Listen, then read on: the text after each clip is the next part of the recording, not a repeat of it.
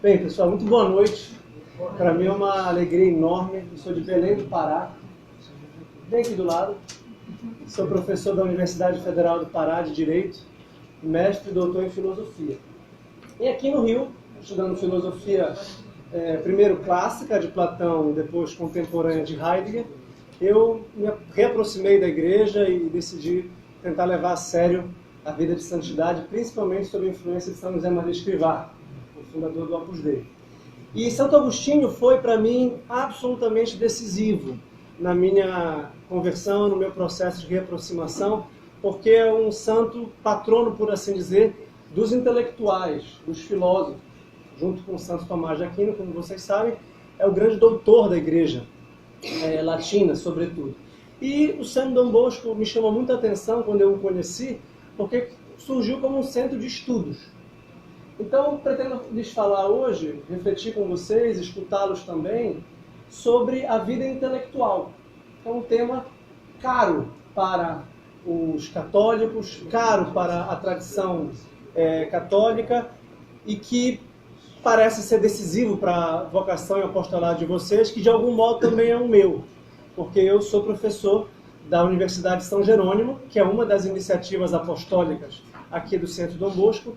Os que têm acesso aos cursos, os que assinam a universidade já devem, talvez, ter me visto por lá. Eu fiz um curso de 40 horas já sobre introdução a Platão, estou gravando nesta semana um curso de introdução a Aristóteles, e depois vou continuar com Platão e Aristóteles e o que mais puder contribuir. Santo Agostinho é muito importante nós conhecermos. Primeiro, saber que a gente precisa conhecer a vida dos santos. A gente não pode prescindir da vida dos santos. A nossa fé ela é uma fé intermediada pelo mistério da encarnação. Então, o próprio Cristo se fez carne e quis precisar de pessoas humanas, quis precisar de apóstolos. E os apóstolos precisaram dos bispos, dos presbíteros, dos diáconos, dos leigos e assim por diante. Então, o catolicismo depende da transmissão histórica de pessoas fiéis à revelação. E esses são os santos. São pessoas que, nada obstante as suas dificuldades, as suas vicissitudes, porque não são deuses, não são divinos, mas são fiéis. Então Deus não nos pede sucesso, Deus não nos pede a vitória do ponto de vista humano, mas Deus nos pede a luta e a busca de santidade. E nós buscamos a santidade como nós podemos, consoante os talentos que Deus nos deu. A alguns, especificamente, Deus deu o talento intelectual. Deus deu o talento filosófico, teológico, de usar argumentos para convencer os outros das verdades da fé. Então surge aqui o grande tema das relações entre fé e razão e o grande tema da apologética, que muito antes de ser uma disciplina da teologia fundamental, que estuda, por assim dizer, a epistemologia da fé, as condições de possibilidade da crença religiosa, da fé e as suas relações com o conhecimento sensível ou empírico, e com o conhecimento científico, né, a partir da autoridade de uma tradição, foi uma atividade de alguns intelectuais convertidos na antiguidade. Né? A começar pelo grande patriarca dos apologetas, o apóstolo dos gentios, São Paulo apóstolo, que é o grande modelo de Santo Agostinho. Né? Então a gente tem em São Paulo a primeira grande referência de um convertido, não do paganismo, mas do judaísmo, como todos sabemos, que usou da sua inteligência também para propagar a fé, para converter os gentios, e usou a pena. Existe um dos bustos belíssimos. Se sumirem esses bustos, vocês podem desconfiar de mim, porque eu estou tentado aqui pela concupiscência da carne, mas o professor de filosofia tem dificuldade de comprá-los, né? Então, o busto de São Belarmino, por exemplo, com uma pena. Aqui, ó, eu acabei de me chamar a atenção porque quando eu fiz um site, muito modesto, fico até com vergonha de falar do meu site, tendo um site como o Dom Bosco, uma universidade como São Jerônimo, mas o meu site tem como símbolo a pena. Porque dialético, o acento do é como se fosse a pena. Eu gosto muito desse símbolo, porque esse símbolo é simbolicamente o nexo que vincula a tradição intelectual clássica, Platão e Aristóteles, com o cristianismo, que se tornou, então, a maior potência intelectual da humanidade. uma potência intelectual da humanidade porque tem o verbo de Deus, tem o logos de Deus. Então, no prólogo do Evangelho de São João, há essa famosíssima intuição, enarché renologos, que São Jerônimo, outro dos bustos aqui belíssimos, que nós temos fazendo propaganda, não foi combinada essa propaganda. Não, mas eu estou usando. Traduziu como in principio erat verbo. No começo era verbo. E o verbo se pescava e habitou entre nós. Então Jesus é logo, Jesus é verbo. Jesus é o caminho, Jesus é a verdade que nós podemos também conhecer intelectualmente. Então a ideia toda é essa. O Centro Dom Bosco começou como um centro de estudos de jovens como eu que quiseram não só amar a Cristo com o seu coração, mas amar a Cristo, como o próprio Cristo ensina, amar a Deus com toda a sua mente, com todo o seu coração, com toda a sua potência, né, com toda a sua vida. Então, a mente é a dimensão intelectual. E Santo Agostinho é um desses convertidos do paganismo que amou a Deus com toda a sua mente e erigiu um monumento intelectual absolutamente extraordinário e só comparável com aquele que muito provavelmente o superou, que é Santo Tomás de Aquino. E o superou nos ombros do gigante. Não que ele seja um anão nos ombros do gigante, como dizia Einstein, que é um anão no ombro do gigante, subiu sobre os ombros de Newton, por exemplo. Né? A tradição é sempre a tentativa de superação, mas absorvendo o legado dos que nos precederam. O autor mais citado na Suma Teológica é Santo Agostinho. Não é Aristóteles, como costuma se pensar, que é o filósofo, né? E nem o apóstolo, que é São Paulo, mas é Santo Agostinho. Então, isso porque há uma tendência errada em alguns meios intelectuais católicos, talvez traumatizados pelo uso, ou melhor, pelo abuso calvinista de Santo Agostinho, ou jansenista de Santo Agostinho, de contrapor Santo Agostinho a Santo Tomás de Aquino. Mas isso não faria nenhum sentido para Santo Tomás de Aquino. Eu, contra Santo Agostinho, eu aprendi dele. O que eu fiz só foi, de algum modo, organizar melhor, e com certeza mais organizado, do ponto de vista estrutural e mental, a partir da contribuição de um filósofo que provavelmente Santo Agostinho não tinha na íntegra, que é Aristóteles. Então, a gente tem, como vocês sabem, duas grandes tradições intelectuais católicas, a antiga patrística, grega e latina, e a escolástica medieval. Né? E a escolástica já tem uma maturidade intelectual de 1.100, 1.200 anos de tradição intelectual católica. Então, o que eu vou tentar mostrar para vocês é exatamente como um homem busca intelectualmente a verdade e não a encontra em lugar nenhum. E fica muito tentado em desistir dessa busca. Porque essa é uma busca trágica, terrível, porque envolve esforço. E no caso dele especificamente, envolvia uma passionalidade, uma paixão, uma pulsão pela verdade, que o deixava absolutamente transtornado. E que lhe dava um mecanismo de divinizar as coisas terrenas, de tornar transcendente as coisas imanentes. Isto é, isso é um conceito teológico de idolatria. Tratar como se fosse Deus alguma coisa que é criação de Deus. Confundir o Criador com a sua criação. E isso o fez sofrer muito. Santo Agostinho era um homem muito intenso, muito poderoso no sentido dos seus sentimentos, das suas ideias, das suas emoções, das suas paixões. E ele só conseguiu, então, alcançar intelectualmente a verdade quando ele foi humilde, quando ele se submeteu, quando ele descobriu que a chave para a inteligência é a fé. E que não é a inteligência que vai nos mostrar os caminhos da fé, mas a fé que vai nos mostrar os caminhos da inteligência. Então, quando na escolástica Santo Anselmo conceitua a teologia como a fé que busca a compreensão, fides queres intellectum, a fé que busca compreender não só os próprios mistérios da fé, mas a realidade como um todo, a realidade humana como um todo, é que, então, surge uma filosofia cristã, ou, mais propriamente, uma teologia com base filosófica. Por que a razão natural não pode conhecer a realidade criada sem o auxílio da fé? Porque ela foi corrompida pela queda e pelo pecado. E porque ela é, no mais das vezes, soberba. E por isso São Paulo diz, a ciência incha e a caridade edifica. Né? A ciência pavoneia, se exibe, e a ciência dá uma sensação pelagiana ao homem de que pode conhecer. E de poder conhecer para poder dominar é um passo. E essa estrutura do pensamento gnóstico, que na leitura de um grande intérprete, tanto Delubach, von Balthasar, é a estrutura do pensamento moderno. É a arrogância ou a soberba antropocêntrica do homem que, conhecendo, quer transformar a realidade. O conceito de gnosticismo, explorado também por um filósofo como Fegel, que aprendeu desses teólogos. Então, Santo Agostinho escreveu uma biblioteca.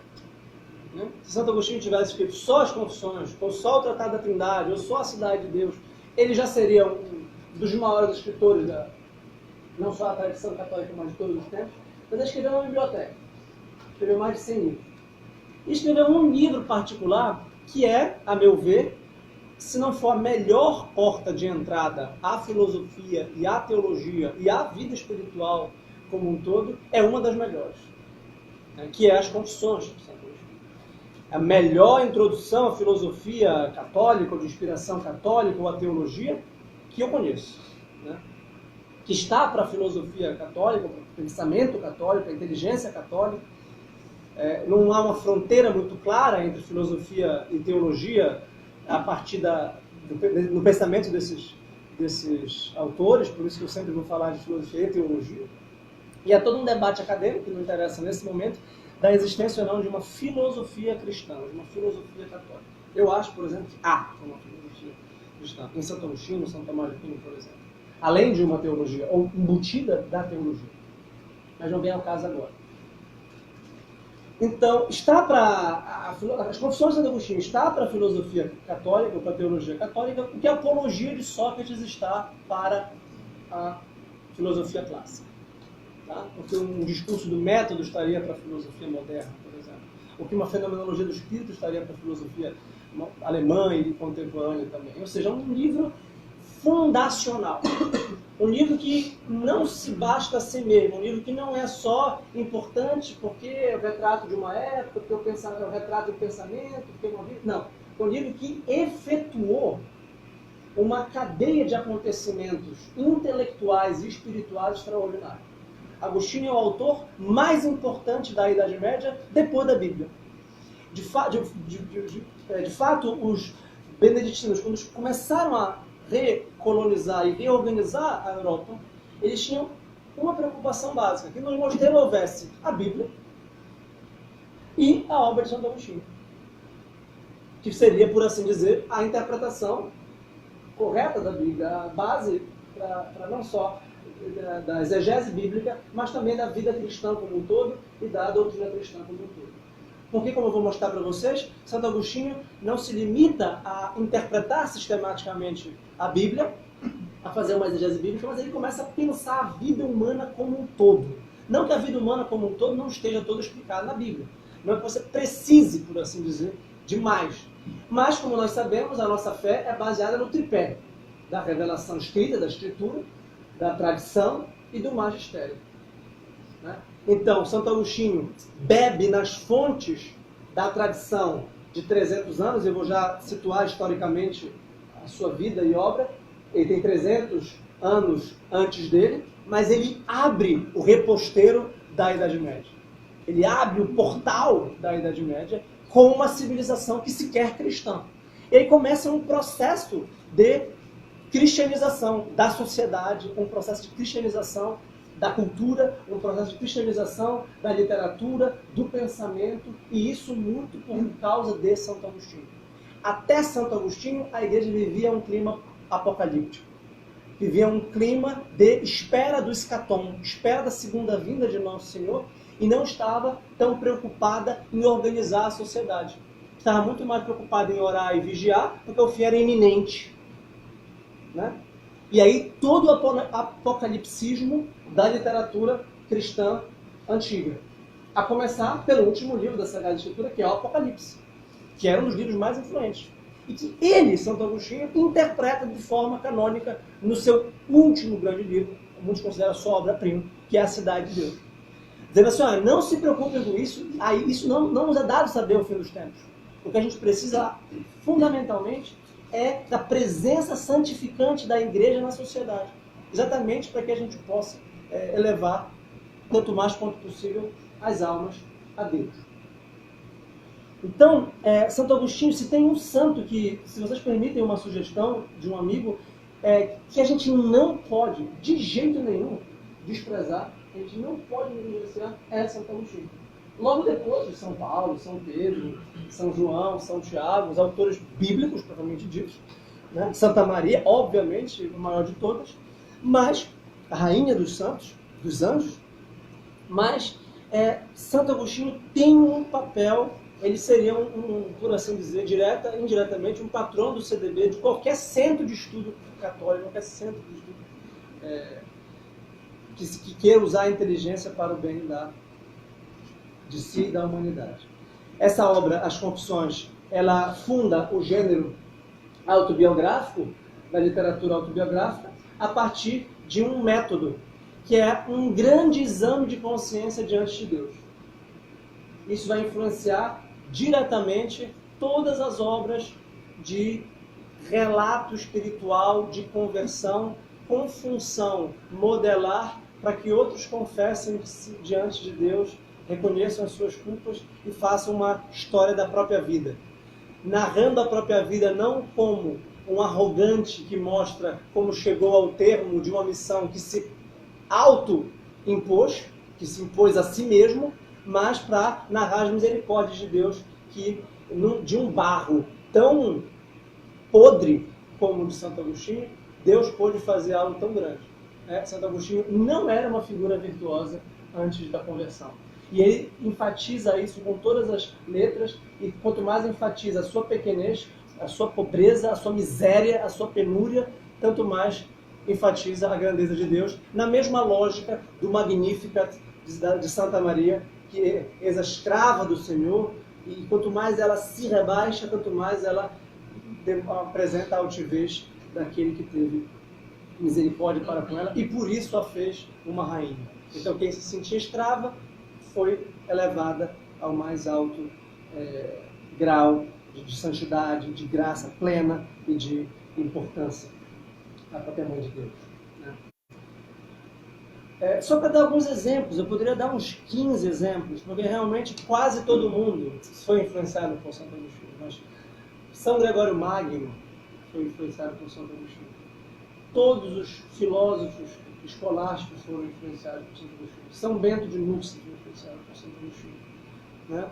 Santa Teresa d'Ávila foi influenciada por Santo Agostinho diretamente. A sua autobiografia filosófica é uma referência direta, tem como modelo direto as Confissões de Santo Agostinho. Né? Pascal foi influenciado por Santo Agostinho. Infelizmente também Lutero era um monge agostiniano e abusou da interpretação agostiniana, mas nesse caso Agostinho é uma influência na filosofia moderna, da subjetividade, da psicologia, da história. Enfim, a gente está falando de um dos homens mais influentes, está falando de um Platão, a gente está falando de um Aristóteles. A gente não está falando só como se isso fosse pouco, mas de um doutor da igreja. Mas por que é um doutor da igreja? Porque um santo doutor da igreja é um homem de influência social. E eu vejo essa vocação muito clara no Dom Bosco e na Universidade de São Jerônimo. O que a gente quer, no fundo, é expandir o reinado de nosso Senhor Jesus Cristo com a nossa fé, com a luz. Vós sois a luz do mundo, vós sois o sal da terra. Mas ai do sal se torna insosso. E ninguém acende um alqueire para colocar debaixo da mesa. Né? A gente põe no topo. Então Santo Agostinho falou assim, bem, se isso é a verdade, isso é a verdade universal para todos. E eu vou usar do meu instrumento para anunciar e defender a verdade católica. Então, Santo Agostinho nasceu em 354 e faleceu em 430. Ele nasceu no norte da África, na atual Algéria. Tá? nasceu num clima em que há uma progressiva mudança cultural do paganismo romano para o cristianismo, com a conversão de Constantino em 312, que, como vocês sabem, convocou o segundo grande concílio ecumênico, se a gente considerar o concílio de Jerusalém, o primeiro, o concílio de Niceia, em 325, que estabelece a cristologia inicial, a ortodoxia cristológica, de que Cristo tem a mesma essência do Pai, o que vai ser reforçado e aperfeiçoado conceitualmente no concílio de Constantinopla, em 381. Por que é importante relembrar esses concílios do século IV, esses dois primeiros grandes concílios, para falar de Agostinho? Porque havia muita dúvida doutrinária na época de Agostinho. Exatamente como nós temos na nossa época. Isto é, os católicos estavam desassistidos acerca das verdades básicas da sua fé. Hoje o que mais temos é dúvida de fé. As pessoas não sabem, as pessoas católicas que vão à missa, que não sabem se Virgem Maria permaneceu santa, se Cristo é também Deus, se o Espírito Santo é um Espírito que reencarna por aí, e se... Não sabe.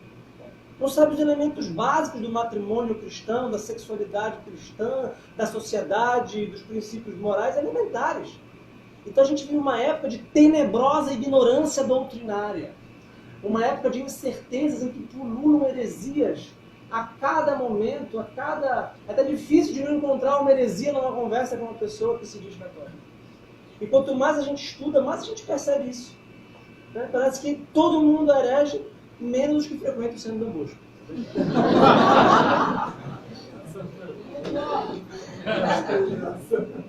Mas o fato é que, então, estudar se tornou imperativo.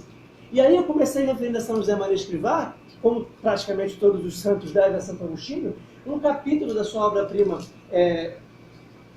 Caminho, que é uma obra que cumpre um papel como Confissões. Ele queria escrever livros, vale a pena, mais uma vez, que incendiasse o amor de Cristo pelo mundo. De fato, é um dos livros mais lidos da espiritualidade católica do século XX. É o capítulo chamado Estudo.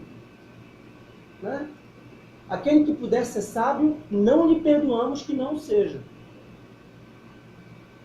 Para um apóstolo moderno, 1 hora de estudo é 1 hora de oração. Eu vejo essa vocação exatamente no centro do Bosco. A gente tem que vir para cá estudar. A gente tem que ter 1 hora de estudo por dia. Isso é 1 hora de oração, junto com a oração. Né?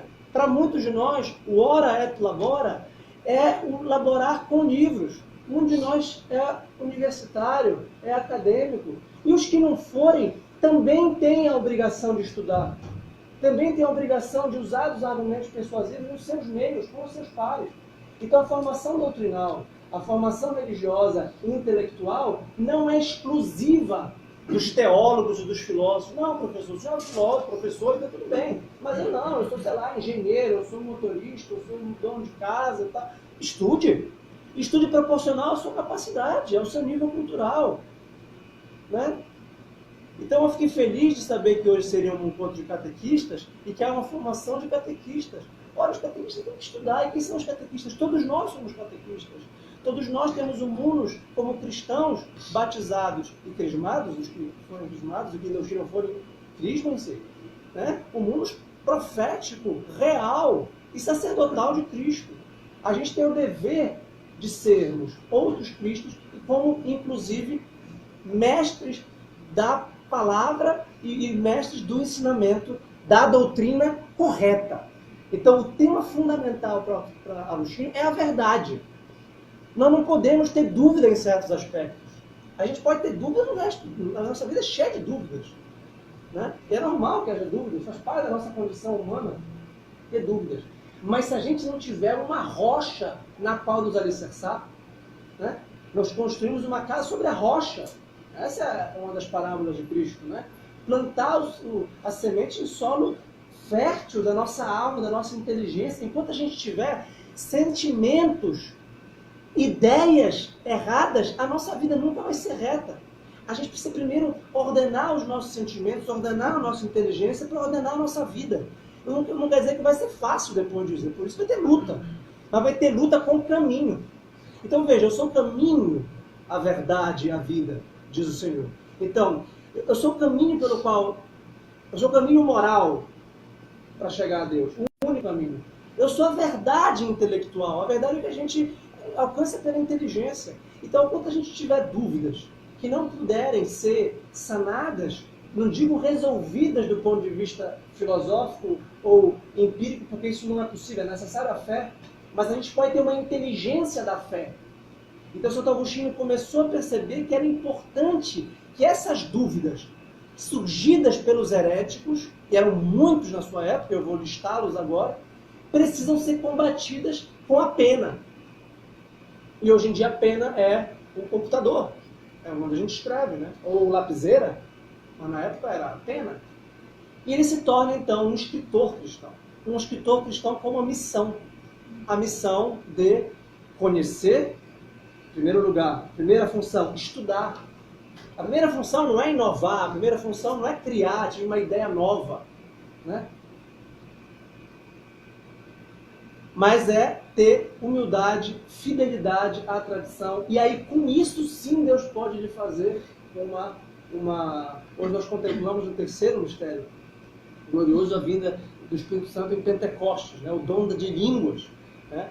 E o dom de línguas não só no sentido de aprender uma outra língua, como os jesuítas que desbravaram a Ásia e as Américas precisaram aprender. Os jesuítas são os pais dos dicionários modernos e das gramáticas modernas das línguas não europeias, né? Como o tupi. Isso precisava de um espírito pentecostal, né? Para aprender o tupi para falar com os indígenas. Mas a língua de falar com os nossos contemporâneos, que literalmente não falam a nossa língua, não falam o nosso vocabulário. Quando a gente fala amor, quando a gente fala amizade, quando a gente fala qualquer justiça, entendem outras coisas, né? Então, Santo Agostinho, aos 17 anos, vai estudar retórica em Cartago. Então vejam que a vida de Santo Agostinho é toda marcada por viagens e por idas e vindas. Cartago é um centro cultural no norte da África, ainda na mesma província romana do norte da África, e descobre a filosofia através do maior filósofo romano.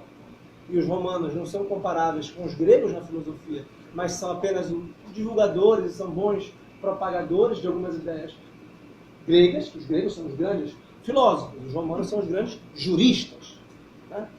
E conhece por um livro chamado Hortênsios, que não existe mais, que a gente não tem mais, a filosofia. E nas Confissões ele diz claramente que filosofia é, no seu sentido etimológico, amor à sabedoria. Depois ele vai descobrir que Deus é amor. E que Deus é logos. E que, portanto, a filosofia é um contato íntimo e profundo, intelectual e afetivo com Deus. E que a filosofia era, isso Tertuliano já achava, e muitos padres da igreja achavam isso, que Sócrates, o grande pai da filosofia, por assim dizer, conheceu o verbo antes da encarnação. Isso é totalmente possível. Porque Jesus encarna ali no ano 5 a.C., no ano 0 a.C., né? Mas o Logos é coeterno ao Pai. O Logos sempre houve. Todos os pagãos sinceros e honestos que buscaram o Logos, que buscaram a sabedoria, buscaram um princípio divino que se fez carne em Belém. Lá onde eu nasci, no Pará.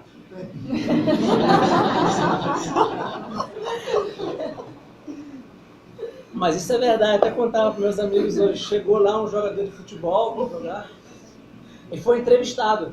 O que você está achando aqui? Eu estou muito emocionado, toda a cidade que Jesus me recebeu. O jogador brasileiro do Pará foi brasileiro. E o que acontece? Se ele... Essa é muito boa, não é piada. Isso é verdade. Ele fala, bem, eu vou levar a sério esse amor à sabedoria. Existe uma verdade. Existe uma verdade que é também moral. E a filosofia tem uma dupla dimensão, que essa dimensão que Jesus Cristo sabia. O Peter Kreeft é um excelente expositor da filosofia e tem obras muito interessantes de organização das obras clássicas, como a Suma Teológica, como as Confissões de Santo Agostinho, como a Apologia de Sócrates de Platão, como a República de Platão. como os pensamentos de Pascal, e tem uma filosofia de Jesus. Ele pega o Evangelho e usa todas as categorias. É bastante ortodoxo, não é teologia, né?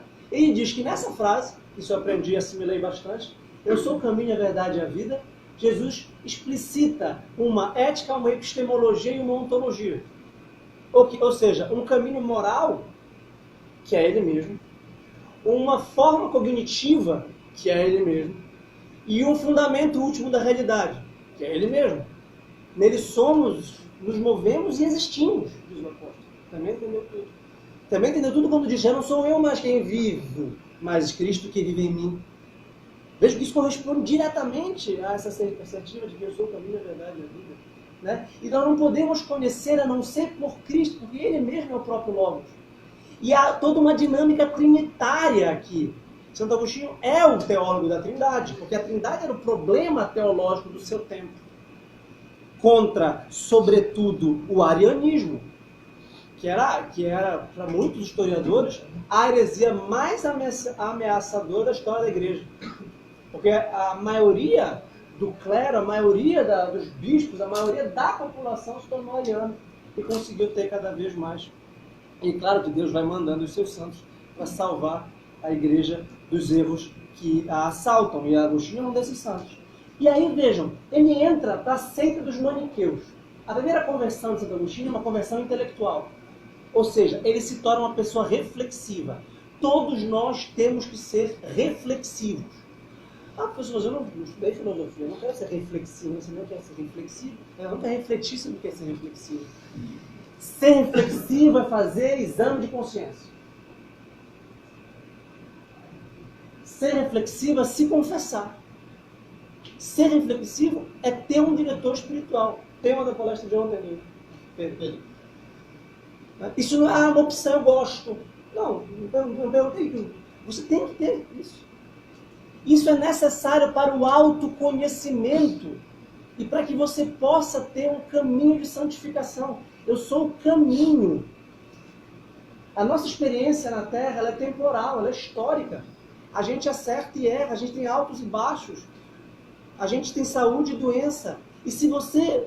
Talvez você não tenha o talento literário de Santo Agostinho para conseguir narrar a sua vida com tanta cuidado, com tanta beleza literária, com tanta intensidade, com tanto autoconhecimento.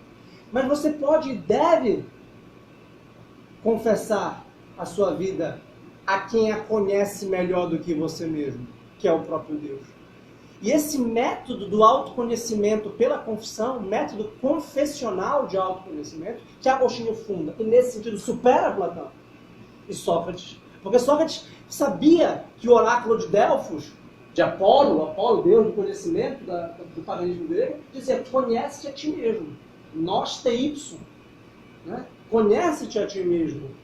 Porque, diz Agostinho nas Confissões, o homem desbrava o mundo, sobe nas montanhas, contempla o céu, o sol, tudo que há na terra, mas ignora quem ele mesmo é. Ignora o que passa dentro de si, os seus sentimentos, as suas ideias, as suas emoções, as suas motivações.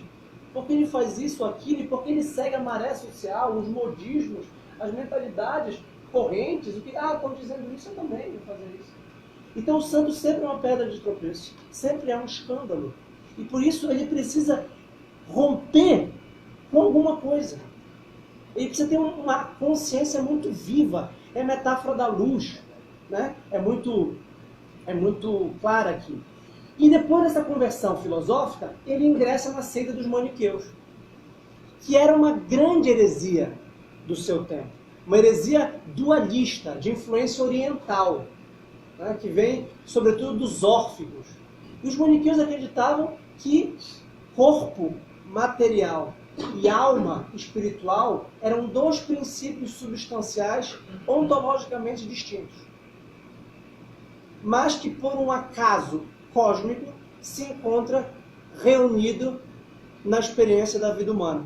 E que a função, então, e sendo a carne escura e má, um princípio de perdição e de danação e de corrupção, porque temporal e porque perecível e porque vai perecer, morrer e corromper-se, e o espírito eterno e imutável, belo, luminoso e bom. Então a grande luta cósmica plasmada na vida humana de cada pessoa é a luta do espírito contra a carne. E com isso eles se baseavam em textos de São Paulo, sobretudo, mas também de São João, que fala de uma aparente dualidade, ou de um dualismo da carne contra o espírito. Né? E Santo Agostinho falou, isso faz sentido, isso está certo? Porque eu vejo que em mim, a minha carne é autônoma e é contrária ao meu espírito. E por isso, a minha carne manda em mim, manda na minha vida, e não o meu espírito, não a minha inteligência, não a minha mentalidade. Ele achou que os maniqueus, então, eram uma heresia chique. Os maniqueus eram uma heresia sofisticada, filosófica, inteligente, e ele desprezava sua velha mãe. Para começar a entender Santo Agostinho, há uma figura que é não só uma personagem literária, mas uma personalidade histórica das mais importantes da antiguidade, que é a sua mãe, Santa Mônica. Nós temos na antiguidade, bem, a maior personagem literária, mas vejam, personagem literária que é a personalidade histórica, mais importante da antiguidade. E da história humana é a Virgem Maria, é claro. Né? Não tem nem comparação. Mas, no segundo passo, a gente tem as grandes anti-heroínas gregas. Né? Uma Medeia, uma Antígona. Mas essas todas eram mais. Essas todas eram aterrorizantes. Você tem medo dessas personagens, das tragédias gregas, Sófocles. Por exemplo, a Antígona é uma bruxa, né? Uma figura aterrorizante. E Santo Agostinho decide marcar aqui a presença mariana de Mônica na sua vida. Isso vai ser muito importante para um grande agostiniano posterior, o maior poeta da literatura católica de todos os tempos, que é Dante Alighieri, a figura de Beatrice, que é a figura intermediadora. E a sua mãe era católica, piedosa, fiel, casada com um pagão. E isso deu a Agostinho essa ambiguidade. Ele era metade pagão, metade católico, teve uma formação, não sabia se ia, se não ia. E a mãe dele usou a maior arma de conversão que nós temos para toda a nossa vida. É fácil você pensar, bem, a maior arma é a pena, a maior arma é a inteligência, a maior arma é a ação política, não. Tudo isso é nada sem a nossa oração, sem a nossa arma de oração, de se prostrar e se ajoelhar diante de Deus e falar, Senhor, Tu podes, se Tu queres, eu posso seguir, se Tu queres, Tu podes cometer os filhos. E ela vai encontrar, e aí Santo Agostinho fica um tempo com os maniqueus, e depois ele já se torna, ainda em Cartago, um grande intelectual. Então esse que vem aí de Tagaste é muito grande. E resolve fazer carreira intelectual. Onde? Em Milão, em Roma. Que é a capital do Império, a capital do mundo. É como se fosse para Nova York, como se fosse para Paris, na época de São Tomás, né? Foi a cidade mais importante do ponto de vista intelectual do mundo. Por quê? Porque os seus amigos maniqueus, essa seita sofisticada daqueles que entendem a origem do mal, entendem tudo na cabeça e têm explicações para tudo, lhes inseriu lá nos meios intelectuais imperiais, em Roma e em Milão, que é a capital do Império Romano, estava em Milão nessa época. Isso é um pouco estranho, mas a capital também já foi para Constantinopla, então nem sempre o Império Romano teve como capital a Roma, a própria Roma. Isso por motivo de guerra e por motivos também geográficos, etc. E a sua mãe quer ir com ele. E ele, sabe o que ele faz? Foge da sua mãe. Essa católica, obscurantista, fundamentalista, supersticiosa, que não sabe de nada e que aceitou passivamente as historinhas da tradição cristã. E que não tem intelecto suficiente. Ele era super arrogante, super cheio de si. E dizia que a Bíblia era mal escrita. E que a Bíblia era um livro para gente pouco refinada intelectualmente. E que para os refinados intelectualmente você tinha Cícero, você tinha Virgílio, né? Você tinha os grandes intelectuais romanos, e que o povão populacho, meio tapado, meio supersticioso, ficava com esse livrinho aí, Bíblia, cheio de historinha que não tem fundamento, e que não se explica, e do qual não se fala. Então ele foi muito soberbo. Ele dizia, a primeira aproximação com a Bíblia foi uma aproximação soberba, porque a Bíblia é mal escrita. Então não pode ser verdade, porque a verdade é um transcendental do ser, tanto quanto a beleza e a bondade, e tudo que é verdadeiro é belo. Não pode ter uma coisa verdadeira feia. Não pode ter uma coisa verdadeira má, assim como tudo que é bom é verdadeiro e belo. Tudo que é belo é verdadeiro e bom. Porque verdadeiro, verdade, beleza e bondade são transcendentais do ser. E aprendeu com Platão que eles estão intrinsecamente unidos.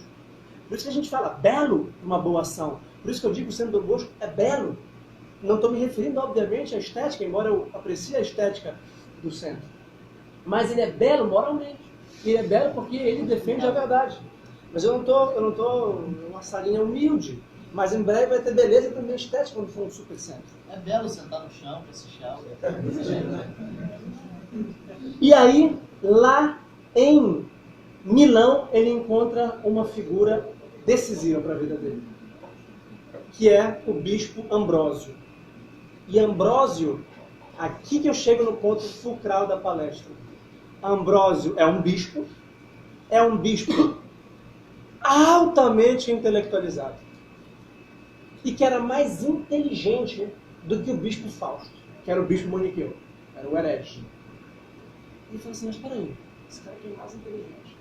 Para começar, ele fala melhor. Ele é muito retórico. Santo Agostinho estudou retórica, estudou a arte da persuasão pelas palavras. Ele escrevia como ninguém, falava como ninguém.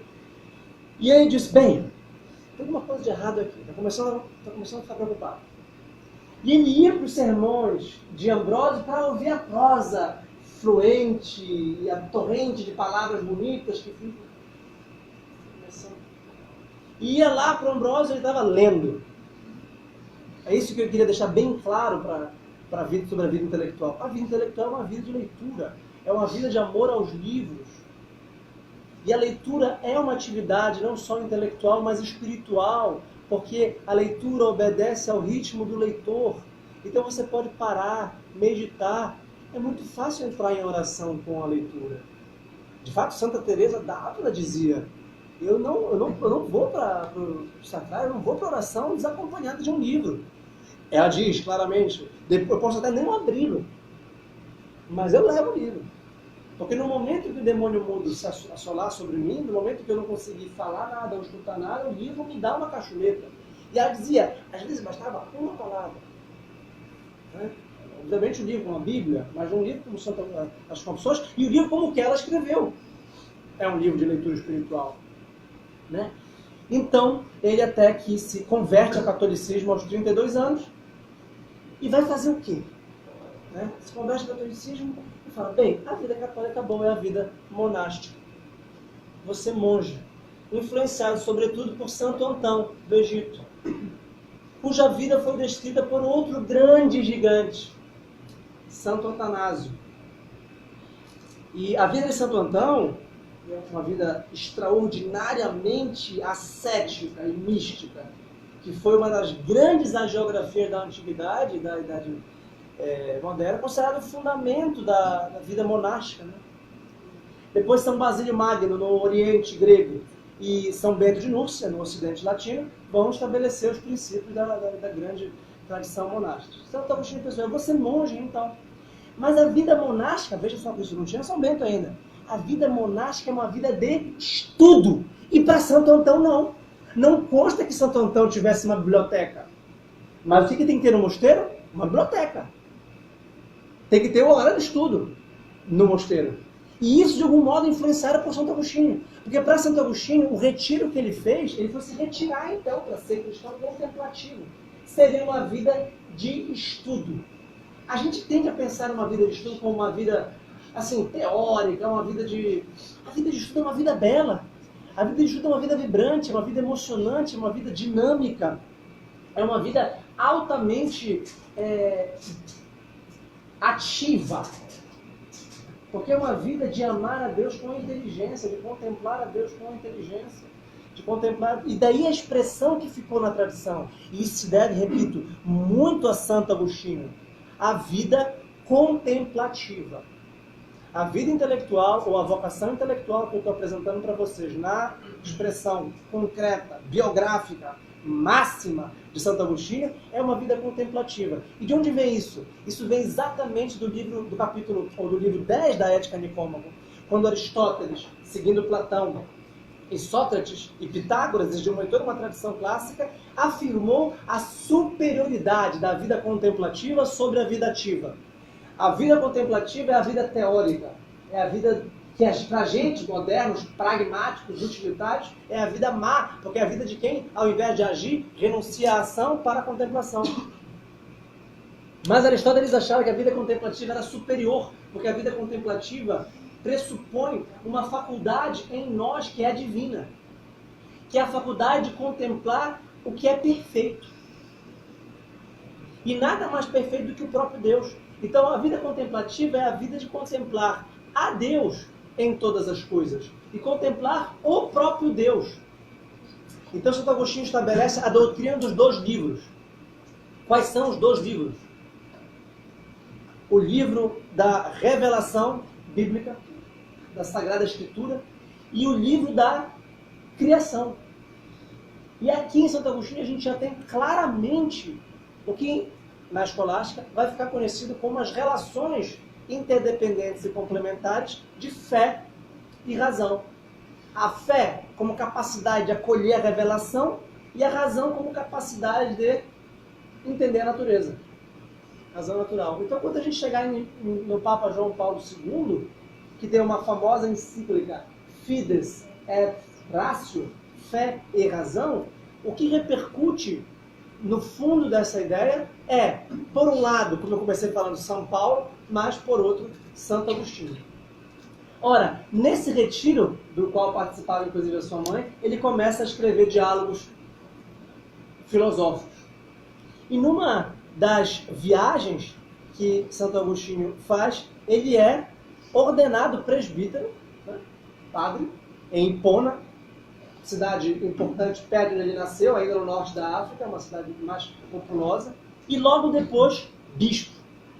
A sua revelia. Né? Ele não escolheu e não achava que tinha vocação sacerdotal. Ele achava que tinha vocação monástica. E criou praticamente o seu retiro, como se fosse um mosteiro. Né? E depois veio a escrever uma regra de vida comunitária, nem tanto para a sua própria vida, mas em cartas pastorais de orientação de uma comunidade de monjas, ou de irmãs ou de freiras. E hoje eu vim a saber pelo padre Anderson que São Domingos de Gusmão, que fundou a segunda ordem mendicante mais importante da Baixa Idade Média, que é a ordem dominicana, a qual pertence o grande Santo Tomás de Aquino. A primeira, obviamente, foi a ordem de São Francisco de Assis. E eu não sabia disso. A regra dominicana é a regra agostiniana. Eu realmente não sabia, preciso estudar isso agora para entender. Bem, o que acontece então? Ele podia ter pensado, a minha carreira intelectual foi frustrada. Como é que eu vou ser escritor, apologeta? Como é que eu vou ser um contemplativo, pensando sobre tudo, se eu sou bispo? E ser bispo na época, não pensem que era cuidar de questões aqui e ali. O bispo tinha uma função política e social extraordinária. Uma presença social extraordinária. E principalmente uma questão política, de ter a autoridade de dizer qual é a verdade da fé. E Santo Agostinho se revestiu de uma força que realmente é espantosa, porque ele precisou de uma energia espiritual para ter as suas atividades presbiterais e episcopais, pastorais, escreveu cartas às centenas, inclusive polemizando com o grande São Jerônimo. Parece que não se entenderam bem no começo, depois houve uma reaproximação, mas o São Jerônimo não era fácil também. Era uma figura mais melancólica e mais... Mas ele tinha razão. Isso que a gente escolheu. Então, instruindo e comentou a Bíblia praticamente toda. Então comentou os Salmos, comentou os Evangelhos, comentou as cartas, comentou o Apocalipse, comentou praticamente toda a Sagrada Escritura. Os Salmos, sobretudo, são muito notáveis. E comentou com muita perseverança o que para ele era o mais importante no começo, que foi o livro do Gênesis. Então ficou décadas nos primeiros versículos do Gênesis para entender a criação do mundo e a natureza humana a partir de Deus. Um tratado extraordinário sobre a Trindade, mais influente tratado sobre a Trindade até a Suma Teológica, e escreveu, por fim, uma obra também monumental, que é A Cidade de Deus. Demorou só 14 anos. E vejam Aí eu queria, para começar a concluir, mostrar o seguinte. Morre aos 66 anos, em plena queda do Império Romano. E enquanto todos estavam preocupados com o futuro social e institucional do cristianismo, estavam preocupados com a igreja do ponto de vista da sua dimensão romana, ou seja, se vai acabar o Império Romano, vai acabar com a igreja católica romana. Porque eles achavam-se sempre que a religião era alguma coisa nacional ou política. Que a religião depende do Estado. Se o Estado acabar, acaba a religião também. Santo Agostinho foi o primeiro a tentar ver com clareza que a missão fundamental da igreja, em primeiro lugar, é espiritual. É sacramental. É ser um sinal de Deus na Terra. Um sinal no sentido sacramental. Um símbolo do que participa do divino. Um sinal, não uma metáfora ou uma alegoria de Deus, mas a própria presença visível da graça nos sacramentos, como vai ficar muito mais claro na teologia sacramental escolástica. O sacramento é um sinal visível da graça invisível. Por exemplo, a presença real de nosso na Eucaristia impede qualquer interpretação de tipo alegórica, metafórica ou simbólica no sentido de que isso apenas representa. Não, mas isso apresenta, isso é a própria divindade. Então, como ele se converte? Qual é a primeira... Então, agora para concluir a última parte da palestra, só antes disse São José Maria, falei das confissões, falei de Aristóteles. Eu quero só fazer uma referência, penúltima, antes do Sertinage. O Daniel Hobbes, muitos me perguntam, alguns me perguntam, por onde começar, o que fazer. Bem, as confissões já é um grande começo. Mas se você tiver fôlego, né, e tiver aí uma horinha por dia, uma horinha por semana, e quiser realmente conhecer a igreja, nos seus 2000 anos, na década de 60 no caso, e uma obra realmente notável para entender o espírito católico de todos os tempos. Provavelmente, que eu conheço, na minha ignorância, você estaria bem acompanhado com o Daniel Hobbes nesse livro de História da Igreja. Esse livro da História da Igreja me chama muita atenção, porque o protagonista da história da Igreja, claro que é Jesus Cristo, que auxilia sua esposa ao longo dos séculos. Mas os verdadeiros protagonistas do ponto de vista humano e histórico dessa épica jornada da igreja na história são os santos. Então, cada volume da obra tem um grande santo que, de algum modo, está por trás de toda uma época. Então, a igreja antiga, que é a igreja dos mártires e dos apóstolos, tem um capítulo, que é o 2, sobre o apóstolo Paulo.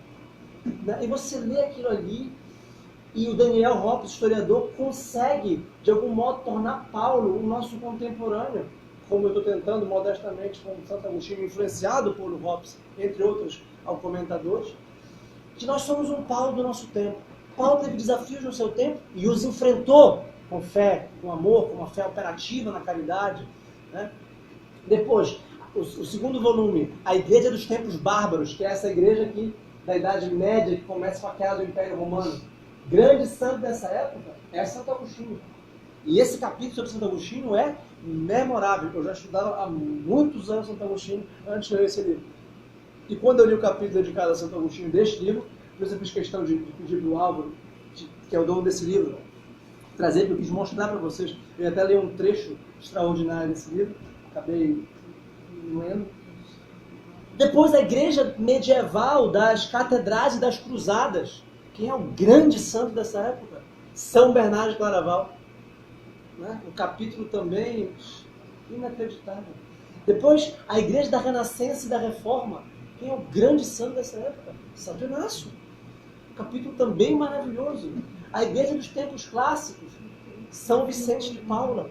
A igreja das revoluções, na época aparentemente perdida da humanidade, Santa Teresa da Sagrada Face.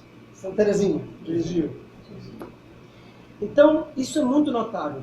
Bem, para concluir, professor, eu Gostei, entendi, achei bacana, achei muito bacana, só não entendi. Só gostei muito, mas eu não entendi. Eu costumo ouvir de alguns alunos. Mas se você gostou, entendeu e gostaria de tomar alguma resolução prática diante disso, de aceitar a vocação intelectual, de ter vida intelectual, em graus diversos, em dimensões diversas, o livro do Sertilange, esse livro, A Vida Intelectual, né, seu espírito, suas condições e seus métodos, traz um plano extraordinário a partir desse grande agostiniano, como eu disse, que é Santo Tomás de Aquino, que escreveu 16 sugestões aos estudantes. E o Sertilange, que é um dominicano, que é um tomista extraordinário, organizou nesse livro, que é o melhor do tema. O melhor livro sobre vida intelectual, sobre vocação intelectual, é este, com o qual, então, eu gostaria de concluir. Primeiro, saber que a intelectualidade é um dom de Deus, é um talento de Deus, é uma vocação, é uma missão. O intelectual é um consagrado. E vejam, eu estou com um índice aqui, eu estou com um sumário aqui, só para repassar algumas ideias muito básicas para a gente concluir no tempo previsto. O intelectual não é um isolado.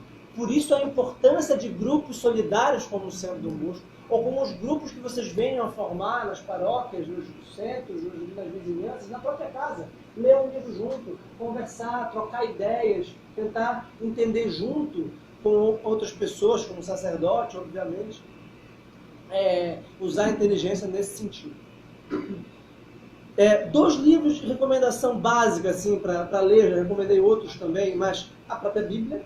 Então, a leitura do Evangelho, a leitura atenta, calma, paciente do Evangelho, extraindo dele normas práticas para a própria vida, vendo nele uma pessoa viva que nos ama e que morreu por nós.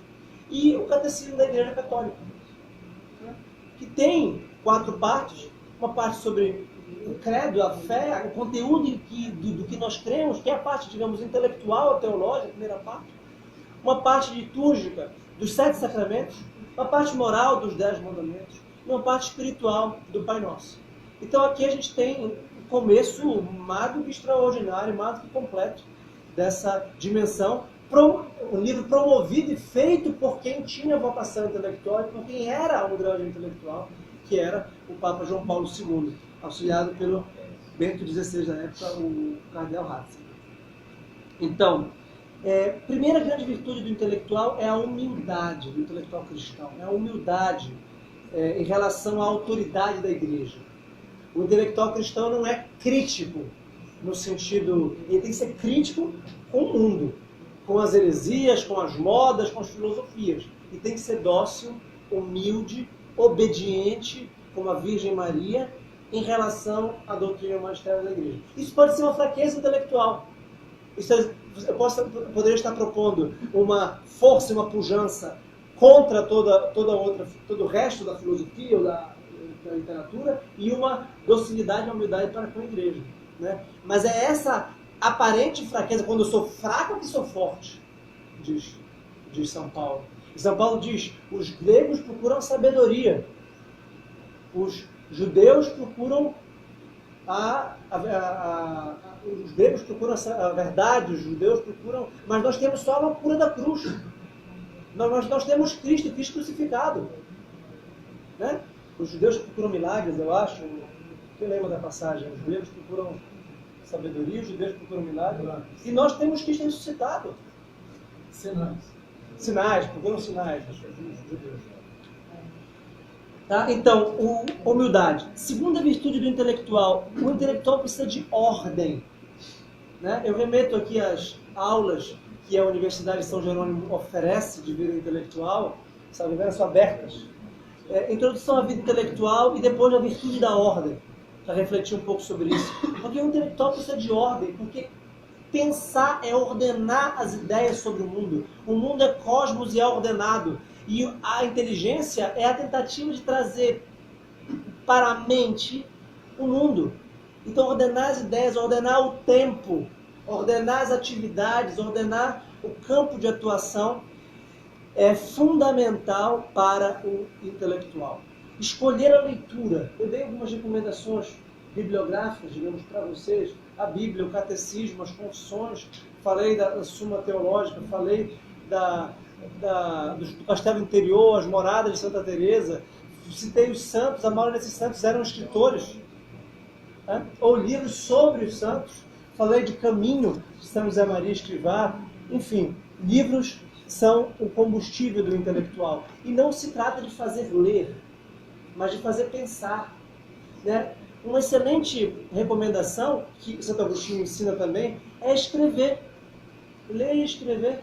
Para quem? Para Deus e para si. E tomando notas em que se possa depois farejar o próprio percurso, em que se possa depois perceber de onde se veio e para onde se vai, né? Quais são os seus defeitos dominantes, quais são as suas dificuldades maiores, quem são as pessoas que podem lhe ajudar, escrever cartas ou mensagens. Isso é muito bom, porque escrever ajuda a ordenar as ideias.